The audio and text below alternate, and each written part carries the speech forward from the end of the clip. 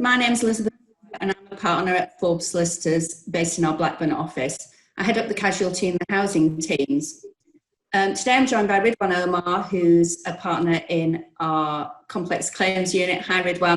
And also Nigel McCloy, senior associate, who's based in our Leeds office. Today we're going to look at some of the questions that we've been asked by our highway authorities in relation to the situation that we've all been experiencing under lockdown and how that's going to impact on our highway authorities going forward. So Ridwan, first of all, one of the questions that we have been asked is what challenges have we seen our authorities facing during lockdown and the COVID crisis? Good question, that, and very wide-ranging in truth, but the key challenges that local authorities have faced during this lockdown is really human resources initially. Certainly there have been issues, as we know, with the restrictions in terms of manpower, the availability of manpower. That's a first consideration that local authorities have had to challenge. Do they have enough highways inspectors to actually undertake the safety inspections that they were scheduled to undertake? So certainly that's been an initial issue for them to resolve. There may well be internally in terms of their inspectors, they may well have personal circumstances where they may have been vulnerable inspectors and following government guidance have had to self-isolate or shield themselves. So it's these types of issues in terms of manpower, which is the initial issue that authorities have had to certainly address. The crucial ones tend to be manpower. Is that what you found as well, Nigel, over the other side of the Pennines? Yeah, that's definitely been a common theme. There is a secondary one that arises from those authorities that do still have inspectors available to go out and inspect, and that's usually in relation to driven inspections. So driven inspections, as many of us will know, are often carried out with two inspectors, a driver and an inspector. But of course in vehicles, you can adhere to the government guidance of being 2 metres apart in a car. So a lot of authorities have really struggled with that, and what many authorities appear to have done is continue to do the driven inspections where they still have inspectors available, or but what they'd have to do is just go down to having one inspector in the car, so your driver has to inspect at the same time. They appreciate that that's not the same as having two, but it's something that they consider to be reasonable, bearing in mind, the pandemic and the unprecedented circumstances. So I'd agree with Ridwan, as I say, resources in terms of manpower, but then, as I say, secondly, where they do have manpower, actually utilising that in accordance with the government guidance. And have we had any local authorities that you've had discussions with where they have literally stopped doing the inspections and during lockdown, that they've just decided not to do them at all? I certainly are aware. Number of authorities just simply move into emergency repairs only during the initial lockdown phase. This is dating back to March time. So during the initial, couple of weeks of getting to grips with the government guidance, certainly some authorities that I'm aware of moved to emergency repairs only. Certainly in those circumstances, part of the justification was redeploying the resources that they had to other services which were more critical and crucial, for example. But the key to actually doing that is really documenting the reasons for it. If you want to practice that you should have in operation as a highway authority, then certainly you need to be documenting the reasons why you're departing from those. So do you think those local authorities are going to be able to defend the claims going forward when they finally come to court? Because obviously it's going to be 2 or 3 years hence, and whilst you would hope that people wouldn't forget what it was like under lockdown, then obviously hindsight is a wonderful thing. In terms of members of the public on the street, you would expect those to be much less during the lockdown phase, so there would be less people using highway, you would have thought, certainly in light of the restrictions. But certainly when matters, when restrictions started to become, the government restrictions started to ease, you would expect the highways authorities to actually review their strategies, their policies at that stage, and actually review them and say, right, can we move back to going back to a normal inspection in accordance with our code of practice?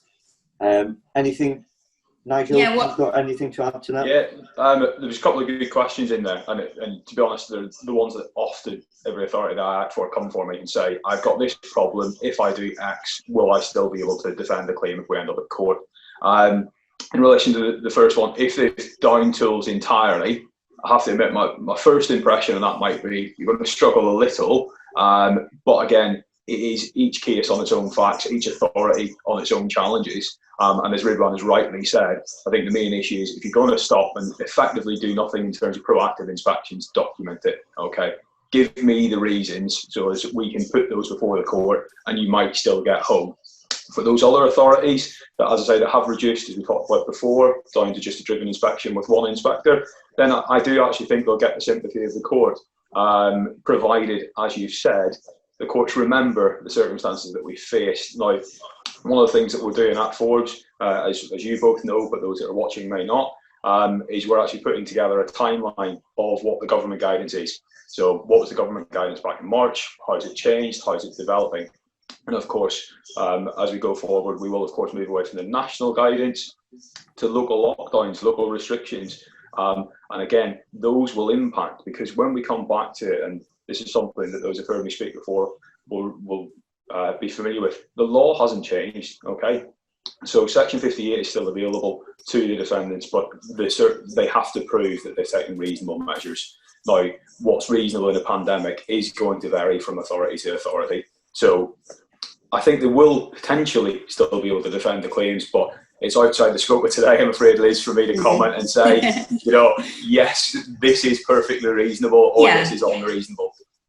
I mean, I think the situation that we're in Blackburn and also in the Pendle area, we're into potentially local lockdowns and different approaches of dealing with things, that not just on a national scale. So as you say, it's very much, you've got to get all that documented and make sure that you have a timeline and an explanation as to why you made that decision at that particular time, because it's not a question of just lockdown finishing now and us all just moving forward. And it all being fine. It's going to be an ongoing issue. So what do you think are the practical steps and considerations that highway authorities should be taking and making going forward to ensure that they can continue to defend claims? Go on, Nigel, let you start with that one. Well, again, it's going over a little bit of old ground, but you've got to continue to document what you're doing. And to be honest, the other real serious implication that I see falling out of COVID and the pandemic is the high street's going to change. Okay, so those popular we're all doing this from our own homes, whereas back in January, of course, we'd been presenting face to face with people. So as the usage of the high street changes, as the usage of our road changes, what authorities are going to have to do when deciding how often an area is inspected, what classification it gets, what type of inspection is appropriate. I really think that's massive going forward, because an awful lot of authorities have just decided that that's a monthly inspection because it's always been a monthly inspection, because it's a city centre. It was always a given that was going to be the highest footfall areas. But of course, now going forward, as I say, I know that the government are doing their best to try and get people into the city centres, but nobody really knows the scope of what footfall, etc., what traffic counts are going to be going forward. So the code of practice that each authority puts in, let's say, going forward, that's to me the key practical consideration as we move out of getting used to our COVID restrictions. As we get people back to work, it's utilising that resource in the right area, bearing in mind the new footfall. So don't know if you've anything to add, Rich? Yeah, really good point there, to be honest, because certainly for the last 3 months when lockdown restrictions were in place, town centres were ghost towns in many respects. So the 4 weekly inspections that majority of highway authorities undertake in town centre areas, they were probably too much, in truth. They should have probably eased those restrictions and justified the easing of those restrictions in those areas, because, as you say, Nigel, the footfall they wouldn't expect. So you could certainly understand it. And making sure that whatever training that the staff have had to deal with the situation is also recorded, so it's not just a quick phone call, that you can document exactly people were trained to deal with the situation that we've got. And I think it's interesting the point about the use in town centres, because I mean I live in a very rural area, and during the height of lockdown, round our house was more like town centre. I've never seen so many people walking on a rural road. So it is a completely different use of the hierarchy and the street system, isn't it, than it was before? Certainly. In terms of the argument that may well be raised is, well, during the lockdown, there's less people on the street. Highways inspectors are certainly during walk inspections should have been able to carry out walk inspections without any restrictions, and in accordance with government guidance. That may well be the counter argument, but the issue in relation to that is really your resources. Did you have the manpower in place? Was it a critical service? Did you review, risk assess that appropriately in accordance with the new code of practice? If you did depart that, did you carry out that assessment? So it does come back to that crucial analysis, to be honest, in terms of what steps are you taking at that moment, and that thought process about it.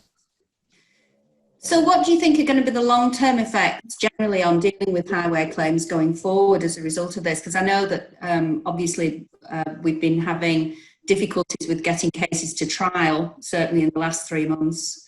What's your experience, Nigel, in the North East? Yeah, well, I'll just do this very quickly because we're coming to the end. But I mean, we've in terms of trials, an awful lot of trials have been adjourned. A few courts have tried remote trials via Skype for Business, Teams, BT, etc. But here in Yorkshire, Leeds Court is now open, but it is only 1 court sitting a day at the moment. That's subject to change. Up in Newcastle, for example, as of the 31st of this month, so the end of the month, all fast track trials are back in person on the agenda, unless there's reasons, so for example, shielding or health reasons, something like that. So it looks as if we're getting back to normality. We will, of course, have the backlog to deal with, but as I say, trials hopefully will get back to normal quite quickly. So yeah, certainly I would endorse what Nigel has said. The court system, certainly in the Northwest as well, they are trying to get back to some form of normality in terms of trying to get cases moving forward. I have to say, I had a case listed in September in Plymouth, and the court had listed that for a telephone fast track hearing. So it's knowing how that's going to how that's going to operate as well, to be honest. I think it's going to be quite difficult, but they may well operate a hybrid system for some courts, certainly, but the courts themselves are under pressure to get these, get justice moving and get cases on, but it's dealing with the backlog as well, certainly. Yeah, so it's just being flexible, isn't it, I think, really? And certainly from my perspective, if you've got any cases that with real causation issues, you don't want to be dealing with those as anything other than in person. No. Because you really need to be able to see the client. Yeah, we did have a webinar, as many of us have probably had webinars, but we had a webinar with His Honour Judge Bird, who's a designated circuit judge at Manchester, and I asked one of that exact question, and you're exactly right, Liz. those types of cases, they will be restricted to in-person. Yeah, and I think that's right. Honest. Yeah. Well, thank you very much to Ridwan and Nigel for your input today. We'll be posting this video on our website, social media, and also on our YouTube and podcast channels. And if you've got any questions about anything that we've raised today, then our contact details will be posted alongside this video. And thank you very much for listening.